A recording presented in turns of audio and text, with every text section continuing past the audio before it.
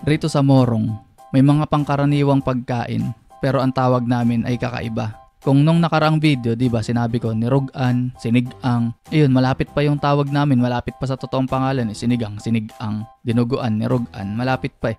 Dito sa video na ito naman yung mga kakaibang tawag talaga namin. Na kapag naririnig ng mga taga-ibang lugar, nagugulat sila, ano ba yun? Simulan natin sa merienda. Rito kasi sa Morong, wala merienda eh. Meron lang, minandal. Hindi ko rin alam kung saan galing yung word na minandal. Basta yun na lang ang kinalakihan namin. Pag pinapabili kami ng minandal sa plaza tuwing hapon, pag pinapabili kami ng mga lola namin ng tinapay, tsaka ng mga pampalamig, yan, bibili kami ng minandal. Ito pa ang ibang mga example. Ito, ang sarap nito pag mainit ang panahon. Talagang nakatatakam. May nagsasabing lugaw, merong aros kaldo, merong goto. Lahat yan sa amin. Higuti lang yan.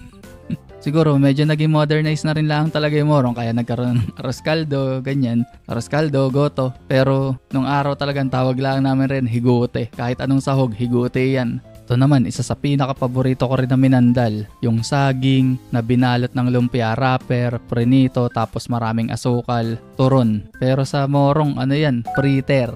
Una ko talagang nakilala yung priter dahil sa lola ko. Tapos ng mga nakakilala na ako ng mga taga-ibang lugar, ang tawag pala riyan ay turon. Pero sa akin, priter pa rin yan. Ito pa, isa sa mga pinaka-paborito ko minandal. Sa katunayan, mula pagkabata ako, simula na matikman ko ito, hindi ko na nilubayan.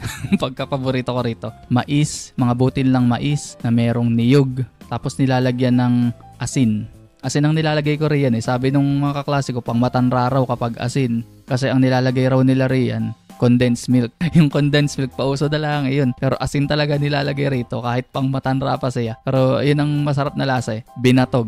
Pero sa Morong, ang tawag riyan, kinabog. O diba, kabog. Hindi ko alam kung saan galing na naman yung word na kinabog. Pero para magandang business yan eh. Unkabogable kinabog. Talo niya ng Mr. Binatog. At yan lamang ang i-share ko sa inyo ngayong araw. Pero marami pang kakaibang tawag namin sa mga pagkain na pangkaraniwan sa ibang lugar. Pero iba yung term na ginagamit namin sa Morong. Meron pang isa yung mga inihaw.